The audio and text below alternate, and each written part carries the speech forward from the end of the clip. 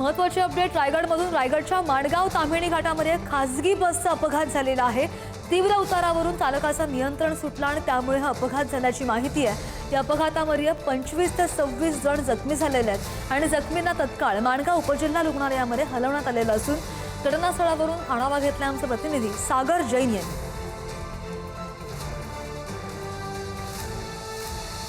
आता रायगडच्या Mangaon police station या ठिकाणी उभा आहे आणि याच ठिकाणी सकाळी 12च्या सुमारास एक ट्रॅव्हल्स बस ही या ठिकाणी अपघात झाली। आपण पाहू शकता कशा पद्धतीने अपघात झाली। यामध्ये जे काही 25 ते 26 प्रवासी आहेत ते जखमी झालेले आहेत। या जखमींना तात्काळ माणगाव उपजिल्हा रुग्णालय या ठिकाणी आलेले आहेत। आपण जर पाहिलात तर हा जो तीव्र उतार आहे त्या तीव्र उतारावरून ह्या ड्रायव्हरची गाडी उतरसा कंट्रोल न झालेली ही गाडी ही या ठिकाणी थेट या डोंगरावर येऊन आदळलेली आहे।